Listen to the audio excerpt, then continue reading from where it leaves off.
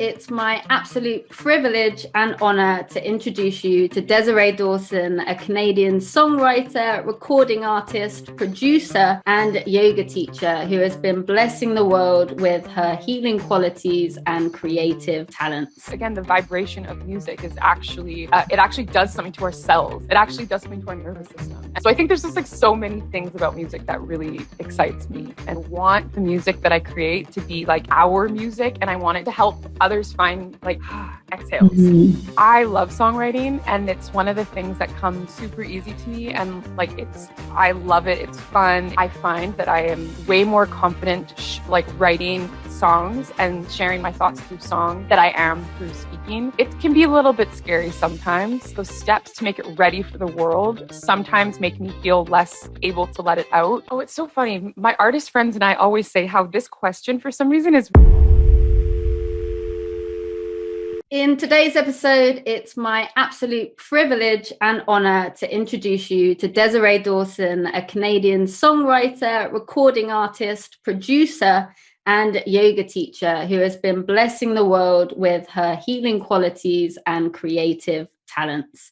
Desiree's work helps us feel, it helps us heal, and it encourages us to better connect with ourselves and with others. So I feel incredibly grateful to have the opportunity to connect further with Desiree and to be able to learn more about her and her beautiful work throughout today's episode. It is a joy to welcome her into this community. She is most definitely my kind of person, and I know she will be your kind of person too. So welcome to the podcast, Desirée Dawson. Hi, Meg. Thanks for having me. Hello, you are so welcome. And thank you so much again for coming onto the podcast. It really is such a joy for me to be able to talk to you. I'm a big energy person, and I just felt such good vibes from you from first hearing your music and seeing some of your creative work online. So thank you so much again for agreeing to share some of that incredible energy with myself and the listeners today. Now, a little bit of background. I think I first came across your healing work through Dora Kamau, and I adore Dora's mindfulness and meditation art. So I think I'd been following her work for a while, and I think I'd seen some of her posts with you. And then I guess the universe just brings us the gifts we need, because I'm a huge fan of music. So it's very typical to find me online music binging. And I think I had a So Far Sounds playlist up on YouTube one day, and it's in the background. I'm doing some work, and I hear this stunning voice taking a Taylor Swift song, I think it was, just to the next level. And I was like, hang on a minute. And then there you are. So I was like, well, the universe has brought it forward again. And then I think more recently, I heard one of your songs on a TV show I was watching. So I think the universe is trying to tell me that I need your awesome energy coming my way. And and I've intentionally listened to your music ever since. I absolutely love it. So I'm very grateful to experience your energy firsthand today. And so that's a background of how I've come across your work. But I wondered, Desiree, if you could please start off by telling us where you've grown and flown. So where did you grow up, and where would you consider home now? Yeah, wow. Thank you. Also, thanks for letting me know the journey of how we're connected. I wasn't sure, but I also felt your energy. I'm like, yeah, we're having this conversation. I love what your podcast stands for. I love just your energy. So it's cool to hear all the ways that we've been connected before this. Yeah, thank you. So I am in Vancouver, BC, also known as the unceded territories of the Squamish, Musqueam, and Tsleil-Waututh First Nations. And I was born here and raised here. It's strange. I still have this feeling of like, I don't know where home is. Like, even though I was born here and raised here, I'm one of those, like, I always have the urge to go somewhere else and to be like, I maybe wasn't supposed to be here or something. So home is has been a big question for me for a really long time. But yeah, Vancouver is the place for me where I currently am, where I've been for a long time, and where I always come back to when I'm off doing my things in the world. Yeah, I love that. Such a beautiful answer as well. And was born and raised in the same place I'm living now. And I think you're so right. For me, I think home's very much been the people I'm with. So having gone to different places and experienced different things and seen different, but yeah, it's hard to know sometimes if the physical place is really home for us and still doing that searching. So totally. I also did this thing recently called ley lines. I don't like, there's like a thing where you can, and I actually don't know much about it, but basically it's like the energy lines of the world, and you can put in your birth chart information, and it tells you kind of what areas of the world are going to be really charged for you and what areas of the world where you're going to thrive. And it was so interesting because I want to actually find someone who can do these kind of readings. But for me, Vancouver was the one place that was like, it was basically like, you feel very lonely here. And like, it was like really intense stuff about Vancouver, but all the other places were like, this is where you find freedom and creativity and love. And I was like, this is strange. Like, why is Vancouver, which is my actual home, why is it the one that, and it always has kind of felt a little bit like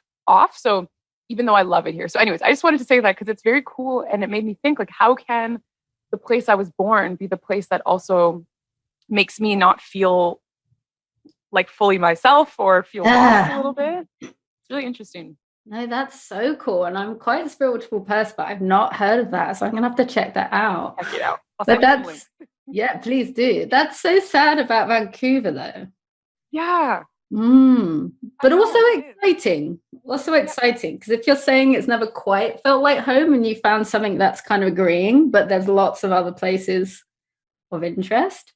Yeah, totally. I think the hardest thing is when people are here, you know, like my family and my friends. Like I have a big community here that I love. So that's what's strange too. I'm like, I wish that this is where I felt really like I wanted to be, because this is where my community is, although there's community all over the world, but it's very interesting. Yeah, very interesting. I'm so glad you brought that up. And so where in that journey from kind of Vancouver, BC, with all these places in between and back again, did you start to develop your passion for music and songwriting? Was that always something you were passionate about?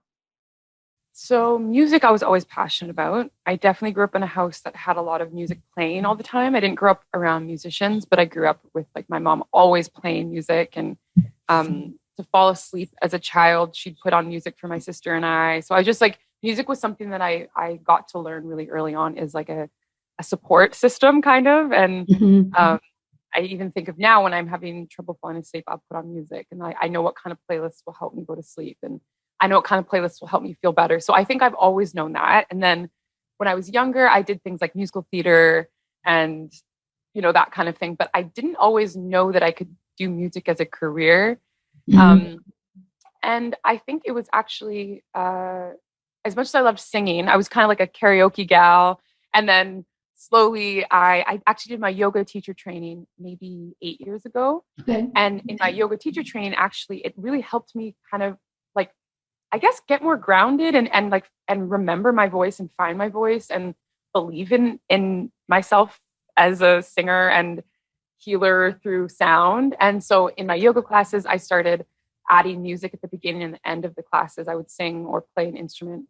And then from there, I started realizing that I can actually do this like a lot more. And so when I started teaching, I threw a lot more music in there, but at the same time, I started performing a lot more. So I like to credit yoga teacher training, honestly, to like me coming out as like, I am a musician, where I'd be like, oh yeah, I sing, I'm a bartender, I'm a server, I would kind of list a bunch of things, which still I'm so many things. It's hard to just pick one. But yeah, I think, and that was in Vancouver that I did my teacher training. So Vancouver was very helpful for that. But then I did travel to Ghana in West Africa. And that was a time too where I remember kind of first, like very shyly, but performing on stage with like a jazz band who was like, come sing Bob Marley. And I was like, okay. And then I just had bought my first ukulele. And again, this was maybe, I don't know, 5 years ago.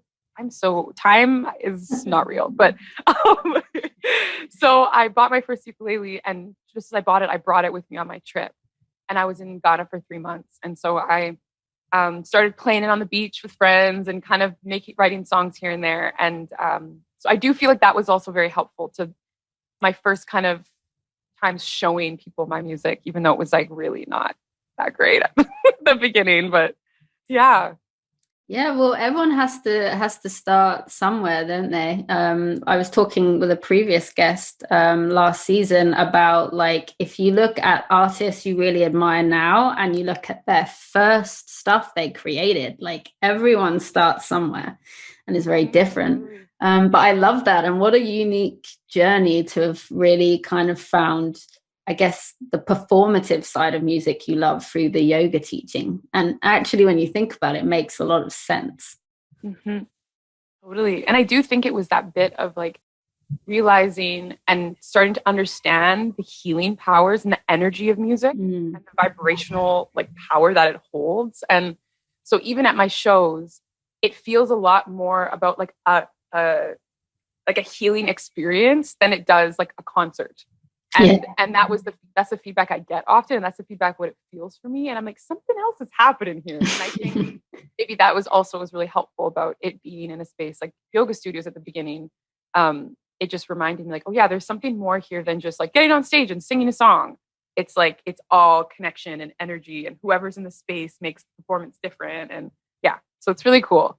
Yeah, so cool. And so you said about kind of the healing powers of music. What does music mean to you, and why do you think it's such an important contribution to the world? Yeah, well, I think I learn new things about why it's so important all the time. I feel like years ago I was just like, music is life, and I wouldn't even know what I was saying. I would just know that it's like so important. And now I'm just learning from so many different angles. Like, again, the vibration of music is actually, it actually does something to our cells. It actually does something to our nervous system. And then there's the side of it where it's art. So we're expressing ourselves. And through, like, when I express myself, it encourages others to express themselves in their own totally different way. And then there's the side of it of like ancestrally, like singing, music, prayer, song, dance has been part of cultures for so long. And many of us have actually disconnected from that. So to me, when I sing, it feels like I'm tapping back into something, like some wisdom that I don't even really understand. So I think there's just like so many things about music that really excites me and really kind of gets me energized. Yeah, so much. I love that. And I'm so glad you brought up about ancestry as well, because I think we kind of forget about that part. There's this part to music that has been going on forever before, our generation, before our parents' generation and our grandparents. It's this thing that we keep like inheriting, and adapting. But the core of it is still there. So I love that. And I do genuinely feel like we are all connected through music in some way.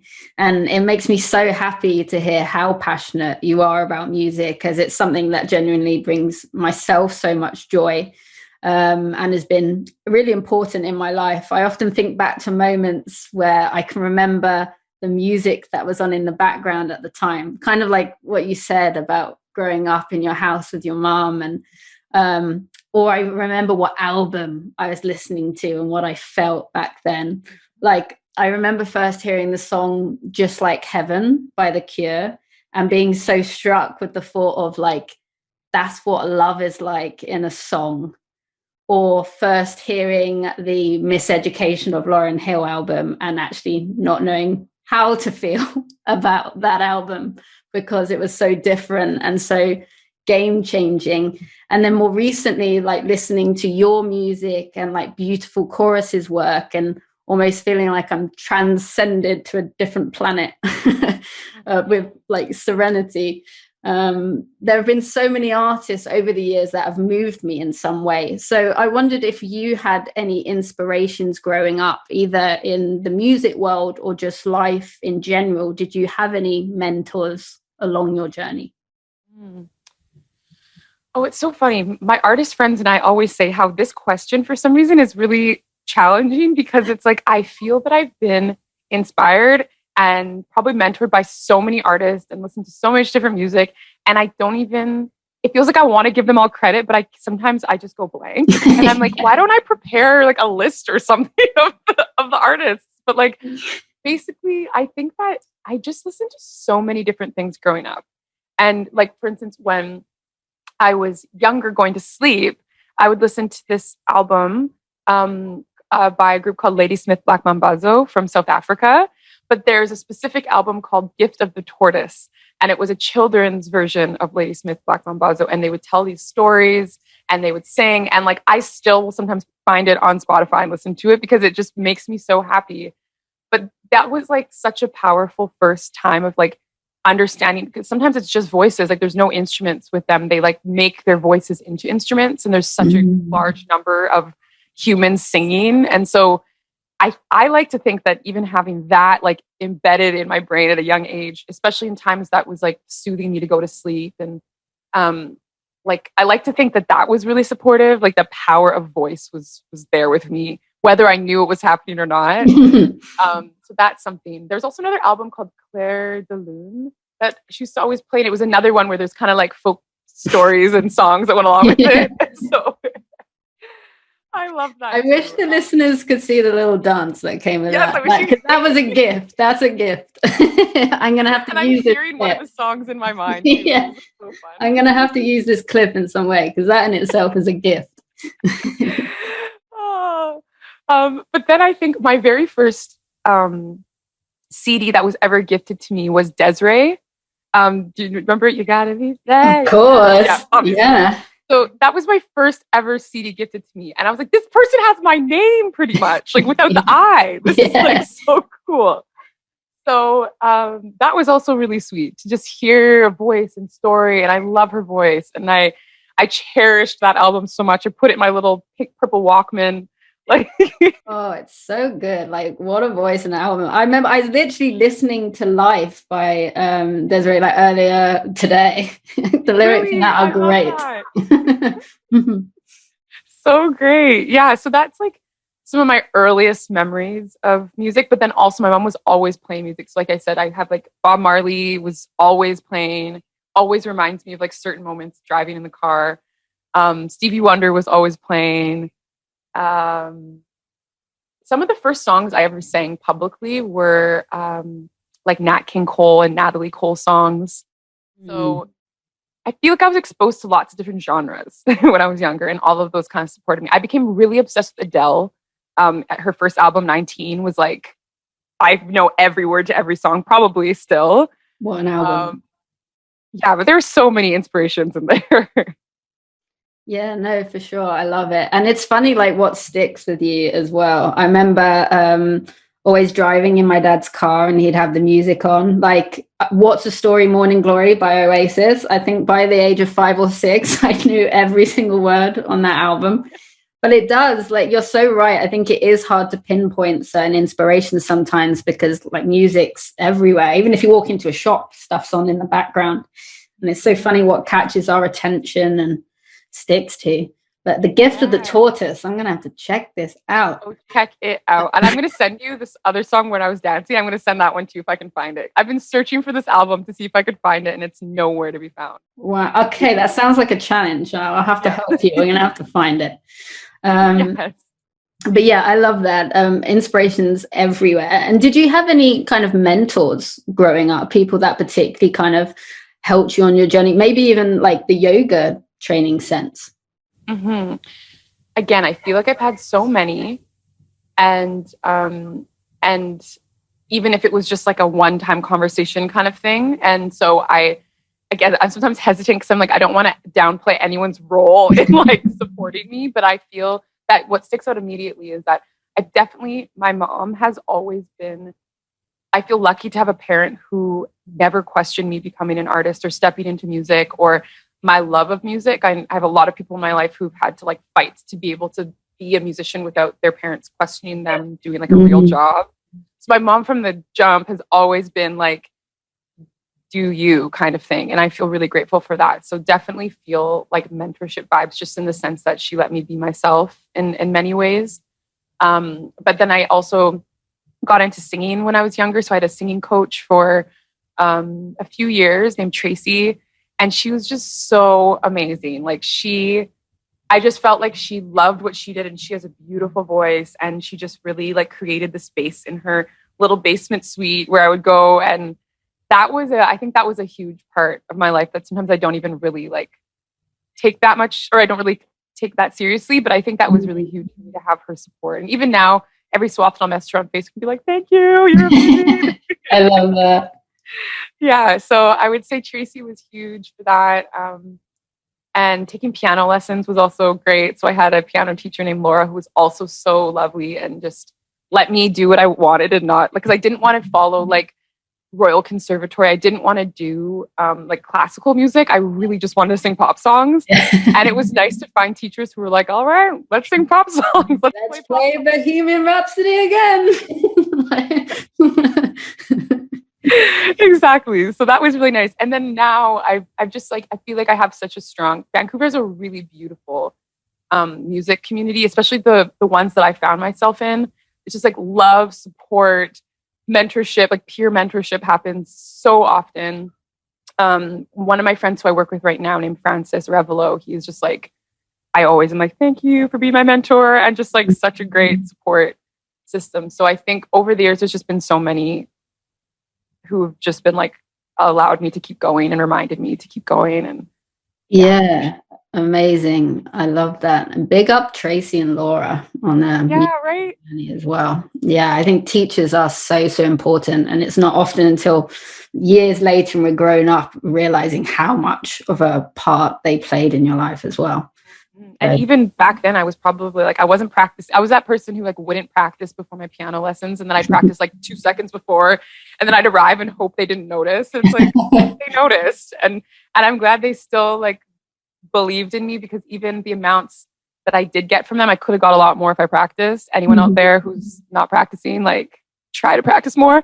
But like, also, I'm just so glad that they just let me do what I needed to do there, because what I did get from lessons was so helpful for me now. Even the basic stuff I learned was like so helpful as a foundation. Yeah, absolutely. Again, that solid foundation and the theory part of it. And I'm so glad they did help you, because you truly are such a talented musician and a songwriter.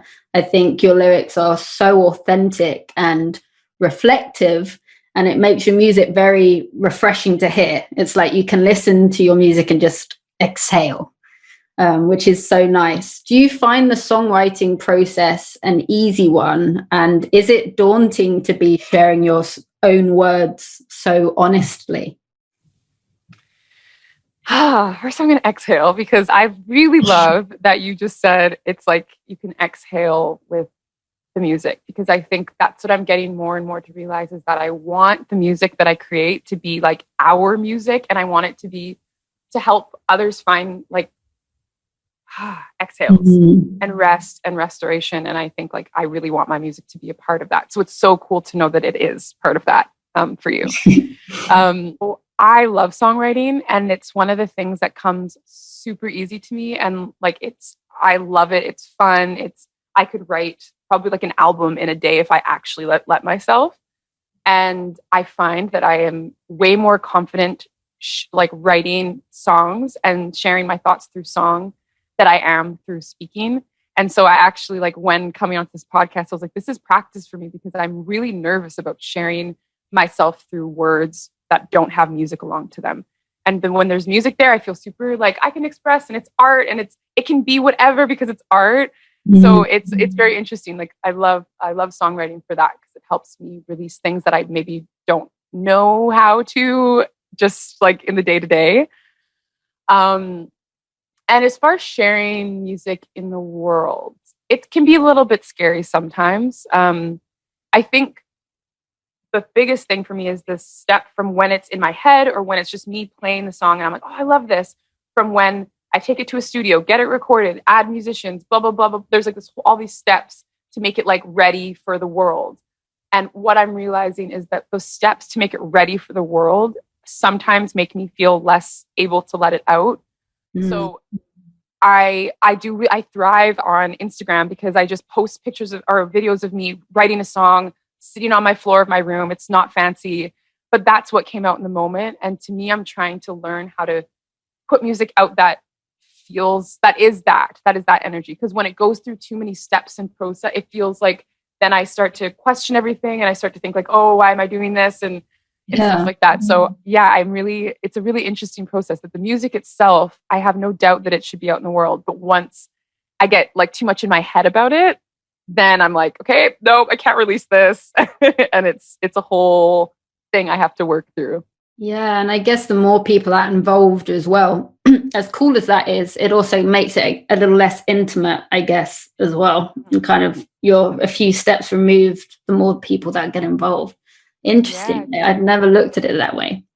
Yeah, and also it's like there's a music industry, and when there's an industry, it means there's industry standards. And so I am trying to just step into the fact that I am going to be outside of the industry, and some songs might fit those standards and other ones might not. And I just really want to accept that. But it can definitely be hard to not get caught up in like what I should be doing and how I should release this, and this song should, and all the shoulds. I'm trying to let go of should in my life, like in general. It's something I'm actively working on every day. But I think that's a big thing too, is like when you're in an industry, then there's standards. And that's when, if the mind races too much about it, it's just like, it'll take me in a spiral of, oh, but am I doing it right? I'll start comparing, like, but that person did it like this. Maybe I should do it like this. And so I think that's also part of that process step, is then the doubts come in, then the industry standards come in, and then it kind of takes away of the magic a little bit. So really trying to learn how to create the music, put it out in a way that feels less like all of those steps where things start to get too heady, and less like in the feeling magic, which the songs are created in. Yeah, absolutely. And it's so interesting that you brought up about industry, because I think it is such a powerful word as well. And especially like on the podcast and talking to artists, often we're talking more about the community sense. But as soon as you bring the word industry into it, or industrial, it's that idea of like mass producing again. And like you say, all of these rules and regulations that takes you further and further away from kind of the intimacy in your own music. Totally. And it's the reality especially when art is your love, but also your full-time career. You know, it's like it's hard to not think about industry when you're in it as a career, you know? So it's such an interesting thing to try to like weave and kind of like unlearn some things and just realize like we can step into this industry that's created, but like as ourselves. And it can be a bit harder to not fit in, but it's also like feels way better and more connected when I'm doing it in a way that feels right for me. Yeah, I love that. And I really do appreciate how much truth you put into your songwriting. Like I said, I think your music is so healing, and I'm really grateful for your willingness to be vulnerable with your work, because I believe vulnerability is where the magic happens.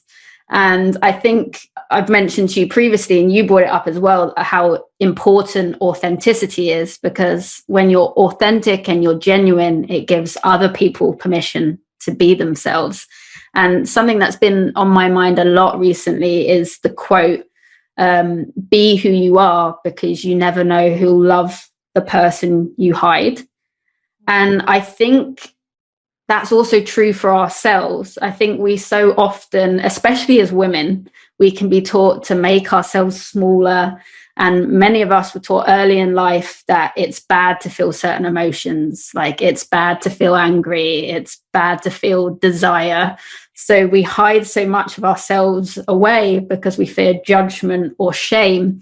And I think that's why it is so important to be authentic and honest. Especially people with platforms as well, promoting that, because I think we would love the people that we hide, if that makes sense, you know. And I think we just got to be brave enough to get to know who we really are as individuals. So thank you so much for putting music out in the world that encourages us to do that. I really appreciate it. Thank you. I'm so glad. Like it's really beautiful to hear that. These are the things I stay up at night thinking about. Like all I want to do is like be a part of helping myself be free to be myself and to allow that in others, because I have no space for the way we've been living anymore. Like I have no space for us like denying our needs, feeling in shame, feeling like we can't express ourselves. Like everything you just said, I'm like, yes, so many of us have been living this way. So it's it's really, really beautiful to hear you say that. And it helps me remember, like, okay, you're on the right path, Desiree. Because sometimes I forget. Sometimes I'm like, what am I doing with my life? For sure. Yeah. And like the journey of self-love is certainly a continuous roller coaster. That's something I probably battle is probably the right word with every day. So, and music definitely helps and heals. So thank you for putting that. Hopefully that, along with the gift of tortoise, will help you sleep better tonight. Knowing that. Yeah. And as well as the songwriting, you really are quite the artist, because you seem to be present in every bit of the creative process. You know, you write your songs, you can sing them, you can play them very well. Your ukulele skills are like next level. I'm very jealous. And not jealous, admiration is the right word. And in addition to all of the above, you also produce songs as well. So could you tell us a little bit more about the creative process of putting a song together? And do you have a favorite part of that process? Mm-hmm. Okay, so I think all of them have a special place in my heart. So I like all of them. Singing, I think maybe if I had to pick a first, singing would be the first, just because it's the one that comes the most effortless to me. And it's also the most like instant gratification. It's like I can just open my mouth and then it feels good, you know? So singing is amazing, but I love songwriting, as I already said, and producing is actually a really beautiful thing that I've been sitting with a lot, because basically in this industry, producers are usually, it's a very like male dominated industry, as every industry is. I think when you hear industry, you're just like, men. Men. But so yeah, it's a very male heavy industry, and I've had the pleasure of working with lovely men, and I've had the pleasure of working with those who are power tripping. And so as producers, they're usually like, a lot of them, at least that in the city, and also just other artists I've spoken to, happen to be men. And so I never considered myself a producer, even though a producer is one who is kind of like seeing the song in its fullness, and sometimes with others and in collaboration with others, but ultimately is like kind of seeing the vision for the song and has like the ideas for it. And so in my mind, you had to be like a guy who pushed buttons and who like knows the audio technical side of everything. So my friend Alicia Brilla, who's just a brilliant artist and producer and singer and just everything, she told me, she's like, you are a producer. Like, I don't know if you know that, but you've been producing your music for like 5 years now, but no one have ever told me that I was the producer. So I've always just thought like, oh no, that guy's the producer, I'm the singer. And so stepping into my title as producer has been really, really powerful. And it feels like I'm reclaiming a bunch of things, and it feels like I'm stepping into like a powerful thing that, yeah, I see a whole song and hear it in my head. And now I do need his assistance in helping it come out, because I am not a very skilled audio engineer. So I do look for others in that to help me kind of do like the technical side of things, but that I have it and I do, and that's one of my skills. So anyways, I just get excited about this because I think there's probably a lot of people out there who don't know that they're producers, even though they've been producing. Yeah. So it's kind of a really cool process to be in, to kind of come to that realization. Yeah, I love that. Own it. You are the producer. Exactly. Yeah. But and for the song creation part, it's kind of like I will it always looks different, but sometimes I will just hear some lyrics in my head that I start working with. Sometimes I hear the chords of the ukulele or piano, or even just like a beat with my hands. Like I like to play body percussions a lot. So just like hand clapping and thigh slapping kind of thing. And then it kind of always unfolds a little bit different. Sometimes it's starting with lyrics. Sometimes it's starting with music. But I love the whole process. I love allowing myself to explore where the song could go. And it's all really exciting. I love that. I think creativity is so special. I think we can learn so much about ourselves through creativity. It can teach us so many good lessons in failure and mistake making. And I think that's such a healthy and playful process to experience. I think especially as adults, we can forget to play. We get so driven with goals and purpose that we forget to do things that are for no purpose than the fact that they just bring us joy. Things like dancing our hearts out, or telling silly jokes, or doodling little pictures. And speaking of drawing and creativity, I wanted to tell you how much I loved your all-in lyric music video. I thought the visual art on that was mesmerizing. I was definitely like zoned out watching that, and like the merging of moons and nature in the video. It made my little spiritual heart very happy. Yeah, what a beautiful collaboration of artistry. Who was the video creator of that again, and how do collaborations like that come about? Yeah. Okay. I'm so glad that you loved that video, because I love that video so much. And collaborating. So it was my friend, her name is Kansang Kirong. And we grew up, we went to, was it even elementary school? I don't know if it was elementary school and high school, but I've known her for a really long time. And we have the kind of friendship where we're really close. We see each other, and then we don't see each other for like years, but then we run into each other and we're like, hey, what's up? And so I ran into her randomly in Vancouver, and we were like, let's get tea. Let's do something. And so we got tea or a meal or something. And we started chatting about, why don't we do something together? Because she's been going to school for art for a while, and she's amazing. And she does so many different forms of art. And she was just telling me what she'd been working on. And I was telling her what I'd been working on, and the fact that I had just gotten a grant to work on this song. And I was like, I want to hire you for this. Like, I just got a grant. This is amazing. So yeah, it was a beautiful process. It was very flowy. Like, I showed her the song. She really loved the song. And I kind of told her like the meaning behind why I wrote it. And then she was like, let me create something. And so it felt really nice too, to be able to give her some ideas, but then to just trust that she's going to make it so beautiful. And so she would send me edits back and forth. But overall, like, I was just like, yes, what you thought of is exactly what it needs to be. And yeah, the process working with her was just like really, really beautiful. Nice. Yeah, I think that's a testament of your friendship, like how much trust you're willing to give. I think especially something like music that you're so passionate about, and is like kind of like your baby, to let someone run with it. But that's so special, and how amazing the universe works sometimes, that, you know, she just appeared again, you're only going to get tea, and then you've got like a whole music video. But if you see her, please tell her I absolutely adore her work in collaboration with yours. The video is stunning. I could just repeat it all day. I'm so glad.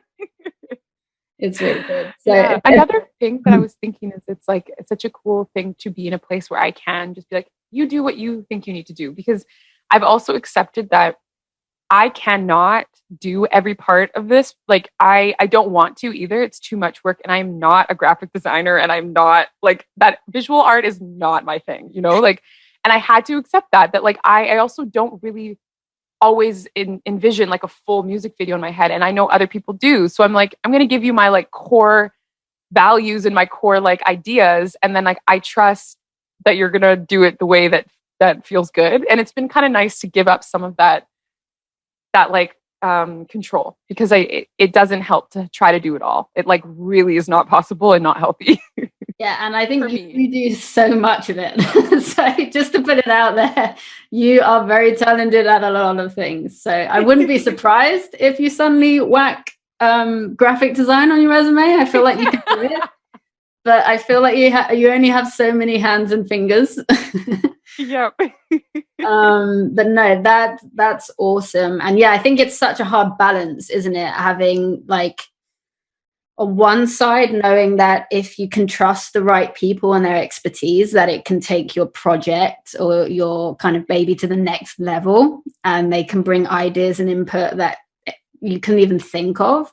And then on the other side of it, it's like we talked about earlier, of making sure that the process doesn't get so far away from you that it loses that intimacy and that kind of got no control.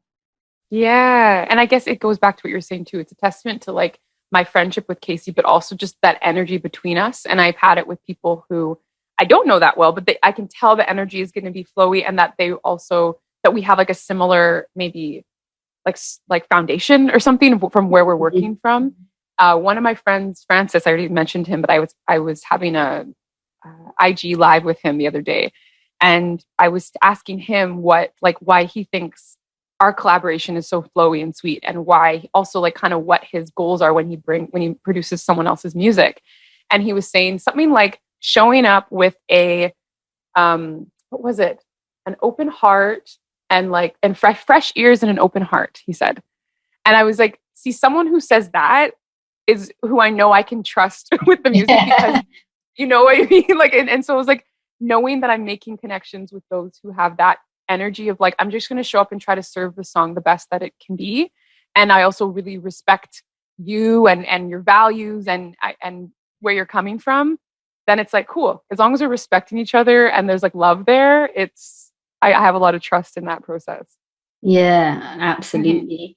And being an independent artist, do you get to collaborate with other artists often? And do you have to kind of be really careful, like we're saying, of who you collaborate with?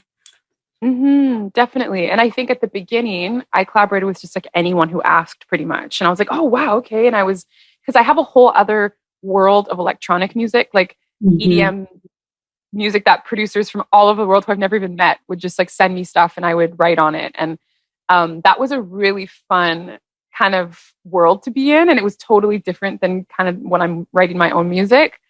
But it was awesome. But I also realized at the beginning, I was saying yes to everything because I just wanted to get a feel for what collaboration is and what it can be. But now I'm a lot more picky. I'm like, who are you though? Before I didn't even ask, like, who are you? I was just like, sure, let's do it. And now I'm like, what do you stand for? How's your heart today? Like, I just want to like actually know what I'm doing with my energy, because I realized how like sacred our energy is and how it needs to be kind of like, for me at least, like it can't just go out all over the place. It needs to be a little bit more like treated with some sacredness. So yeah, it's such a journey. Yeah, definitely. And I absolutely love working with other people. And I think there is so much inspiration that can be found in collaboration. And I believe with every new experience and person we meet, our surrounding community grows. As well as being a very talented recording artist, though, you are also a yoga teacher, as we mentioned. So do these worlds intertwine at all? And how does it feel to be part of these two different yet incredible communities? Yeah, I definitely feel like they are the same sometimes. Like the communities feel like they're very merged. And I think especially creating music that's my intention, is like what you were saying at the beginning too, of like my intention for music is community. It's healing together. It's growing together. It's like trying to find space to understand each other more. And so that is also yoga, that connection, that unity with ourselves and with something greater, and with each other. So it kind of feels like they just go together really sweetly. But I've noticed I have done a lot of traveling to Jamaica, to Kingston, Jamaica. And when I first went there, I went there because I wanted to visit a friend who was living there. But I was like, if I go here, I need to work because I can't afford to travel without working. So I ended up getting in touch with someone who's now one of my closest friends. Her name's Elizabeth, and she owns a studio called True Self Center of Being in Kingston. And so I started going to Jamaica, staying there, teaching yoga, and also staying at the yoga studio. And then within that world, it was just the art, the like visual art, music, yoga, like it was all one community. And you'd see someone at the yoga studio, and then you'd go out to the like this outdoor party at night, and you'd see the same people. And it was just like, it was so sweet to kind of feel, that was like when I really felt like, oh yeah, this is all one. Like this is one giant community. And yeah, it's very beautiful to kind of get that taste of that in Jamaica, but then realize that that's everywhere I go and everywhere that I find myself. Yeah, I think that's a really important lesson to learn, isn't it? That when you go somewhere and it's so striking of like, wow, this is really kind of, everything's kind of fallen into place. And then I guess the real work is working out how can I mirror this in other parts of my life and everywhere else that I go as well. And what does your community mean to you? And has your community changed as you continue to evolve as an artist? I think so. I think maybe us within the community have actually all shifted and grown, but even a lot of us at the same time and together. And it's so funny because when I say community, I'm like, I don't even really know, like there feels like there's so many communities, but I'm like, my community, which is just like thousands of people. So yeah, I think my understanding of community has shifted a lot and what that even means. And again, it's one of those things where I'm still every day learning what that actually means to be in community. One of the biggest things I'm learning is like to be truly in community, you have to be vulnerable and you have to be open and you have to be able to connect. And sometimes along this journey, it can be scary to do that. So as much as I'm like, my community is everything, I also find myself a lot of time like kind of being in my little hiding bubble. And so I'm like, hey, Desiree, if you love community so much, like, what could you do to kind of stretch yourself a little bit to learn to be in it even more, and to be yourself in it even more. So it feels like an evolution of like what community means to me has been like the clearest thing lately. Yeah. Oh, I love that. So many little thoughts are going off in my head there. Yeah. I'm curious if you feel like, what is it to you? What is like when you hear community or like, what is that? I don't know. What does that come up? What comes up for you for that? Yeah, great question. I like how you turn the tables there. Nicely done. You could add podcast host onto your onto your list as well. There's just no end to your talents. No, great question. Yeah, I think community to me is everyone that kind of shares the same values as you, that you're all working towards the same goals. And anyone can really be part of your community as long as you're welcoming and opening to learning, really opening to learning new experiences. And I think as long as you and someone else has those same values and goals in mind, then naturally you are just part of this one greater community. And I think you have your local community. I think you have the people that are in kind of a more closer proximity to you. That could be like the artist you're working with. That could be if you're in a band, that's your kind of community. You've got a very specific project that you're working on. The people that are in your neighborhood, I think often it's something that comes up a lot on the podcast of when we want to do good in the world and create positive change. You can often think, where do I even start? It seems like so big, but I think that we forget sometimes to look like who's around us, who are the people in our immediate circle, like could we be making change and helping there? And then you have the greater community, and I think everyone who's working towards the same kind of common goals can be community. But definitely an evolving idea and word, I think, as well. And for you, what's it been like having an online community as well? I think that's something with today's generation we're seeing, that whether that's a work thing or a social thing, we're all building kind of this community on an online platform. What's that experience been like for you, and has that changed your idea of community at all? Well, it's so interesting because as you were speaking, I was thinking like, wow, it really feels like how we're describing community is an energy. It's an energy of like you're with others, but and I love that. And also it made me think of the online community because it's very much you are speaking to people, but it is like you're not necessarily meeting at a community center. Because I was thinking, what is it like to be in community when you actually are meeting somewhere with your community? And I feel like a lot of my community is a bit more on the like a distant side of community. Like I don't actually gather with, I mean, of course, no one's gathering right now, but even before COVID, I think it's just an interesting thing to think, what does it look like to actually be more like physically with community? And I think I've gotten great at the virtual sense of a community, but I would like to, when it's safe to, when we're able to start to explore more what it looks like to cultivate that like physical community. But I love the online community, and I think it every day, it just like teaches me how much energy it can be felt through a screen. And although I have my things with social media and where I'm in my computer, my phone, where I'm just like, hey, get out of my face. Like I need to just like be in the real world. I so am grateful for it. And I've had some of the most beautiful connections. And I mean, this being one of them, like just based off of virtual connection. And so I feel very, very grateful for it. And like anything, it needs to be like approached with balance and with, for me at least, like not getting too sucked into it. But it's nice to know that folks are there even when I can't see them and even when we can't be in each other's presence.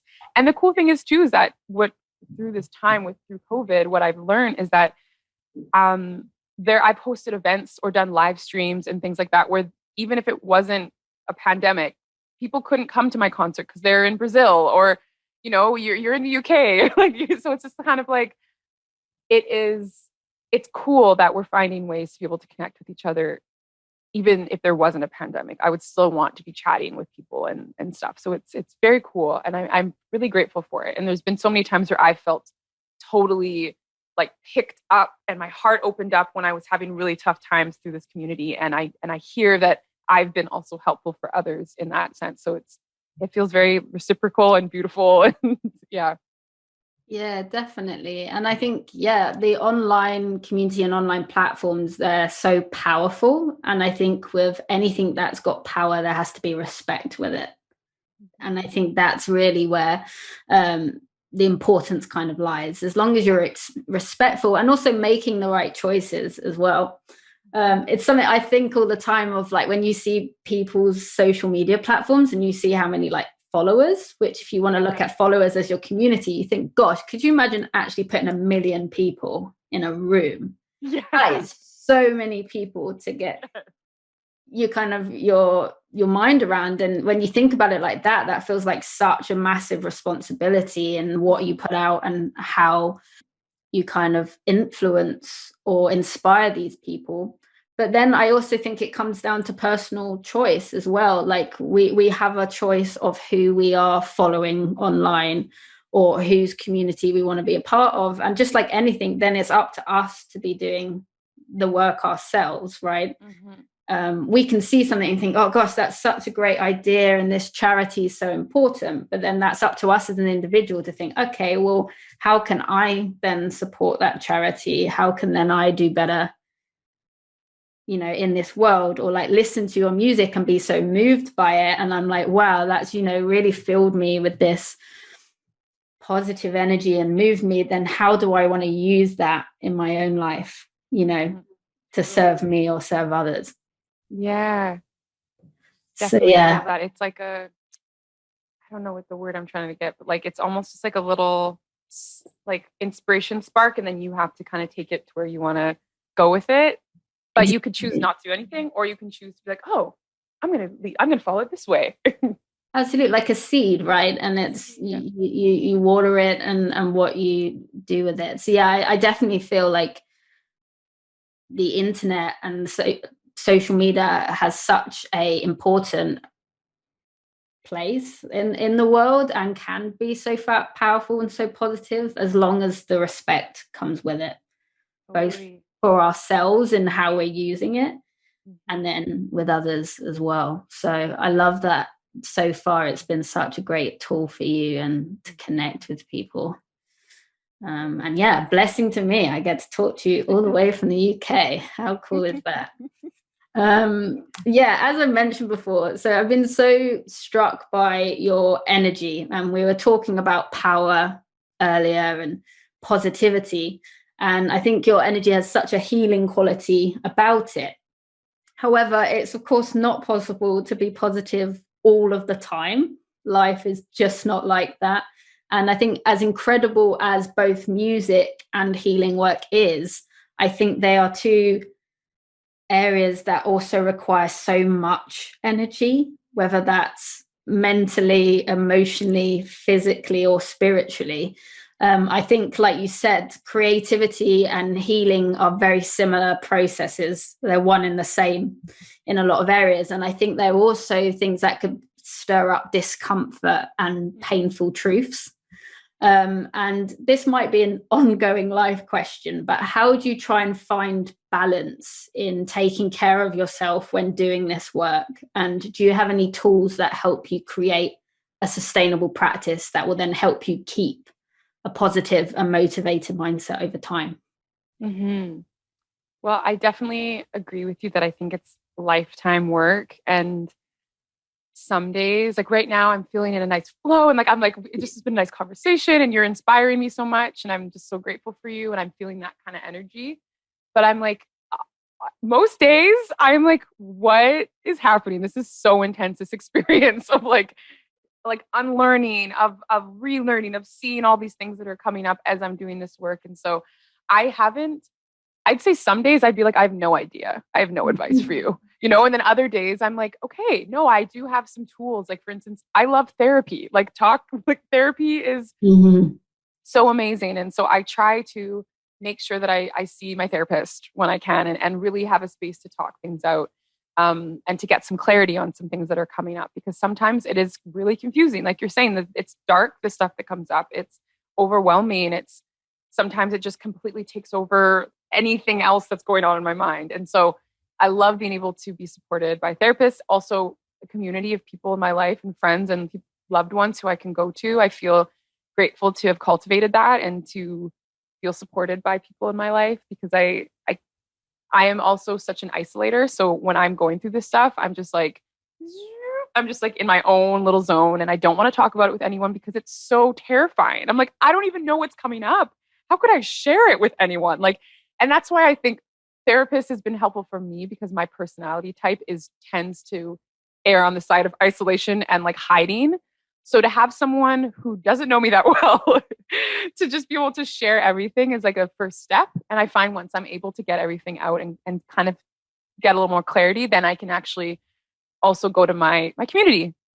And one of I think my 2021, I mean, I've probably been saying this for years, but feels like even more I'm passionate about is showing up in community in all the real feels. So like in grief, like grief has been something that comes up for me for years and years and years, but right now it's really showing some new faces to me. And I realize again, that's an isolated experience for many people. And so being able to show up in all the like honest feelings is my goal.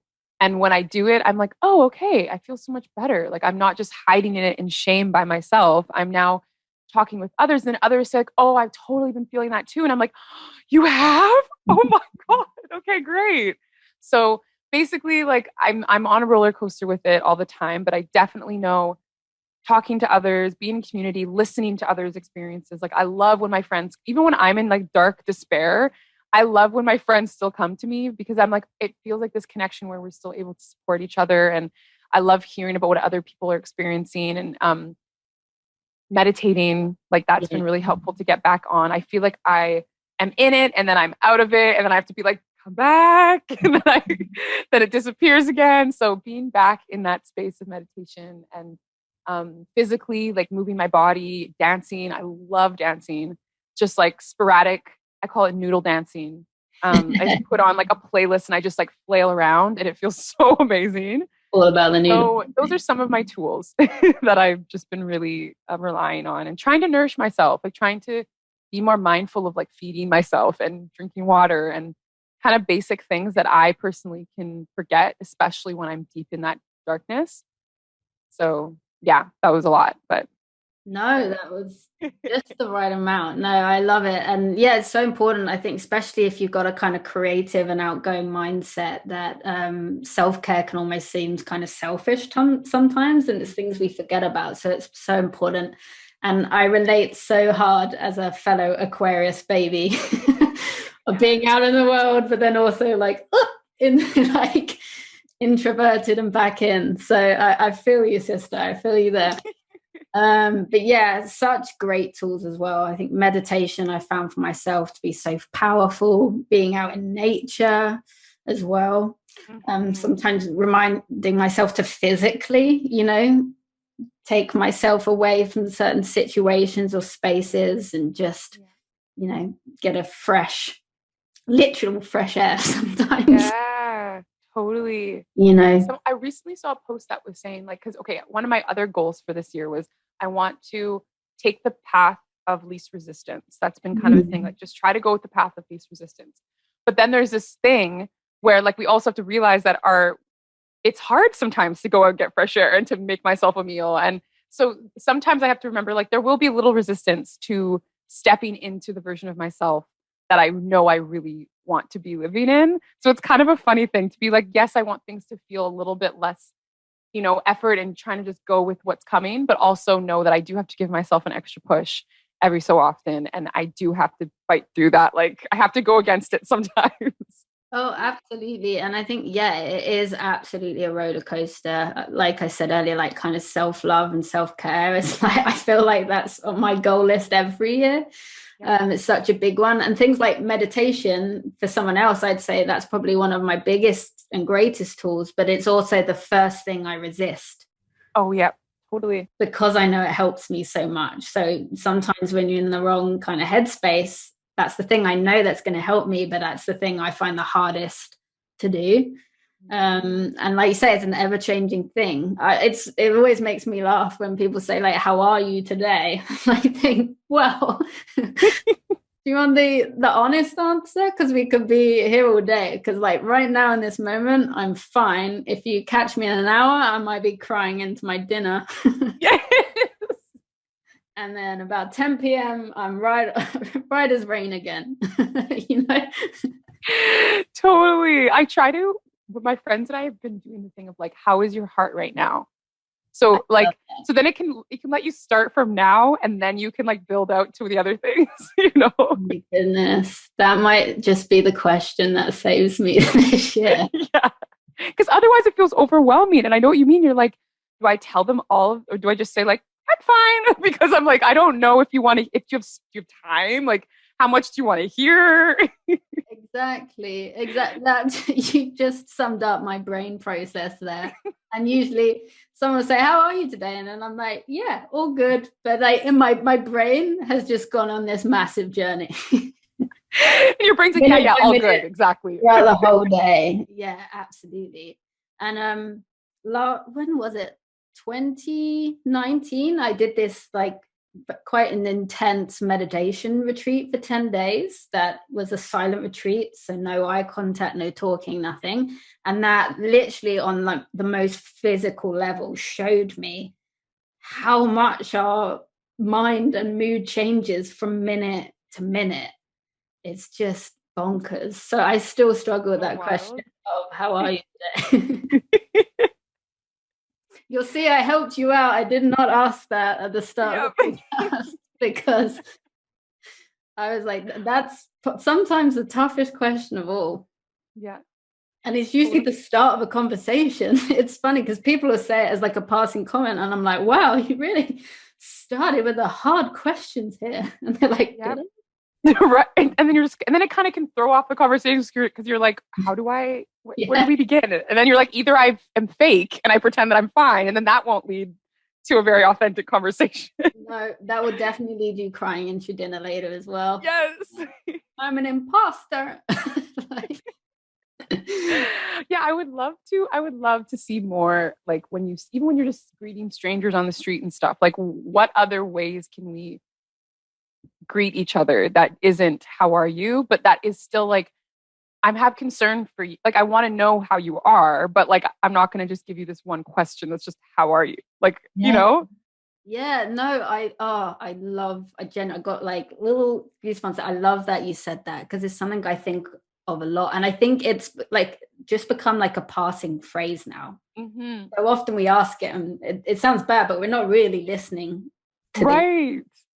It's like I remember when I was a kid, like when I was taking out shopping with my parents and we'd go somewhere like one of the fancy clothes stores and their greeting was like, how are you doing? Or like, what's up? And like, I try to answer and they're gone. They're already, it took me a while to realize that's actually just a phrase, but we've actually started to become like that as a society. It's like we were talking before the podcast started about the weather, it's like we have these go-to phrases and stuff. I don't know whether that's out of fear of being vulnerable or just routine, like that's the thing to do. But yeah, we do get caught up in these phrases. And I love that, the idea of challenging ourselves to think of, new ways to show up for each other and different questions to ask. So yeah, if anyone's listening, give us Aquariuses some conversation tips, please. I was also thinking like the cool thing is that I still like, I love how are you for if, you know, we're sitting down and I'm like, how are you? Like, and I'm saying like, I see you. I want to know how you are, whether that's starting from 5 weeks ago to like, if we're in that space together, that question is actually powerful. And also I love the weather. I love being in the seasons and I love the rain and I love the sun and I love how they make me feel different things. And I love talking about it, but it's when we take it into the context of like, we don't really care. We're almost like appropriating these like beautiful things and like making it into just some weird, like in passing thing where we don't really care. And it's interesting since like, I'm sure we do actually care about the weather and we do care how each other's doing. But if we don't have time to actually be in that experience, maybe we need a whole other word and maybe we need a whole other saying so that we don't confuse those and we don't like, and we don't downplay the weather and we don't downplay how are you, you know? So I love that. So well said. Yeah. Thanks for tying it up there. Because yeah, I think the presence behind it is the thing, right? As long as we're asking these questions and we're present and we mean it, it stops them becoming like these sideline phrases. And because I've got such a musical brain, then I've got like, you know, the famous Meredith Brooks song. I've got that lyric, "The seasons are already changing," in my head, that line. I don't know that song. Have you never, it's called Bitch and it's by Meredith Brooks. It's quite a famous song. And she has a line in it about like by the time you've got it figured out, the seasons are already changing. And by those lyrics, she means the idea of like, it's really important to honor all of our feelings and go through them, because otherwise we're never fully like moving on. We never, if we don't honor them, then we don't learn from them, you know, or actually process them at the time. So I went on a very like philosophical sideline there, but again, it always comes back to music and me. I've always got a million lyrics in my head, but yeah, it just what you said about that of like, you know, the weather and it being seasonal and changing, like it is. And you also talking about grief as well, which is such a big emotion, and that comes up for me a lot. It's so important to honor these things as they come up. So yeah, it's asking the right questions, I guess, and being present for the answers so that we can be truthful, you know, and process the things that's going on. So, totally. Yeah. So thank you for the question, and thank you, Meredith Brooks, I guess. Yeah, thank you. And is there anything you would like to see more of in either the music or the mindfulness world? How do you hope your work will continue to develop? Well, I hope that I personally hope that I continue on this path of feeling like it's safe to be myself in all of these worlds, and safe like that I can speak what needs to come out and that I can sing however I want, and that the fear of the industries can kind of part a little bit more, and that it comes back to just community. And I hope that more voices have space to come through, voices that maybe haven't always had the space to come through. And that we just have a lot more tolerance, and not even tolerance, that word doesn't feel right. Like a lot more space to just accept that there is going to be lots of different experiences and feelings and things that need to come up, and that we can all really learn from listening to one another. And yeah, I want to see that in every aspect of life pretty much. But I just feel like we all have so much to share and to learn from. And I believe that's going to make that community question that I've always been kind of trying to understand, I think that's going to become a lot more clear for many of us when we kind of all start realizing that we have gifts to share and stepping into them. Yes, I love it. Stepping into our own light. I love that. And wow, Desiree, I could genuinely talk to you for hours, and I'm so grateful for your time and energy today. You are a very special person, and I would love for more people to see and experience more of your work. So do you have any upcoming events or projects people should look out for, and how can they continue to support and follow your work? Yeah, thank you. So also I could talk to you for hours. I was like, what time is it? How long have we been talking? It doesn't even feel like long, but I'm like, it's probably been a while. But yeah, I just really appreciate you. And I'm so glad that you took a chance on messaging me. And I'm glad I took that chance of being in connection with you. And Thank you so much. I would say Instagram is kind of right now my main way of knowing what I'm up to. Oops. And I am kind of just doing things sporadically. Like every so often, I'll just like have a live stream concert, and I teach online yoga classes, sometimes with myself or with my friend Alicia. There's lots of other teachers I've been collaborating with. So I would say just kind of stay tuned to like what's going on my Instagram and my website. I have a new single coming out on the 25th, which also happens to be my 30th birthday. Woo. So if you're listening to this, it's probably already the time. You probably have access to the song already. It's called To Be Me. And it's all about what we were just talking about, like just really stepping into yourself. And I'm excited about that. And it's a bit more of like an upbeat dancey track too. So I was like, it'd be nice to have this to do that noodle dance around the house too. Yes. Yeah. So I would say Instagram, Desiree Dawson Music is kind of the go-to. And I'm on almost every other social media platform. So you can find me there as well. Spotify, Apple Music, Google Play, all of the streaming services. And yeah, I think my website's DesireeDawsonMusic.com. So there's also an email list there that you could sign up for any big updates. I'll be sending stuff out there as well. Amazing. So many exciting things in the pipeline. So yeah, keep an eye out for that new single. Hopefully by the time the podcast comes out, that'll be there. And yeah, happy birthday for the 25th. Very exciting. That's going to be your 30th as well. And it feels like you're giving a gift to all of us on your 30th. It doesn't seem fair. It's a gift to me too. Good. I also wanted to ask you when your birthday is, a fellow Aquarius. I'm January the 29th. Okay, cool. Soon as well. Yeah, soon. I'm going to be 28. So okay. So yeah, I like to look at it as leveling up. So your birthday is just another year of wisdom and knowledge to level up. So excited. So 30, you're 2 up on me. You're 2 levels up. You got a 2 extra years of wisdom. Level up. Yeah, absolutely. I think some people find birthdays to be quite difficult, and the idea of getting older, but I genuinely see that as just like, well, not only is it literally another year of living, which is a gift, but it's also a year of like more experience and growing into yourself, like you said, which is so great that your song's called To Be Me, right? So the idea of like growing into yourself more. So yeah, leveling up. So happy level up day for January 25th. And you have shared so much wisdom with us today, but do you have any final words of advice that you'd like to share that have served you well? Well, not really, actually. I just think right now I'm just hearing the lyrics to the song that you can now listen to. And I don't need permission to be free. I don't need permission to be me. So I just want us to all live with that feeling that we don't need permission from anyone else to just be who we are meant to be and explore who we want to become and all of that.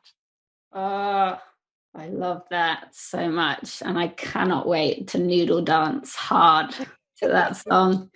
Desiree, my fellow Aquarius, my heart is filled with so much joy right now and gratitude for being able to speak to you today. So thank you so much for your time and energy and talent. And I hope everyone listening can go and check out your latest single, To Be Me, as well as the rest of your incredible work. And I promise every single listener that you will be blessed if you listen to any of Desiree's music. So thank you so much, Desiree, for continuing to lead with love and authenticity. Thank you for your healing work. Thank you for the joy that your beautiful music continues to bring. And thank you for being my kind of person. Thank you, Meg.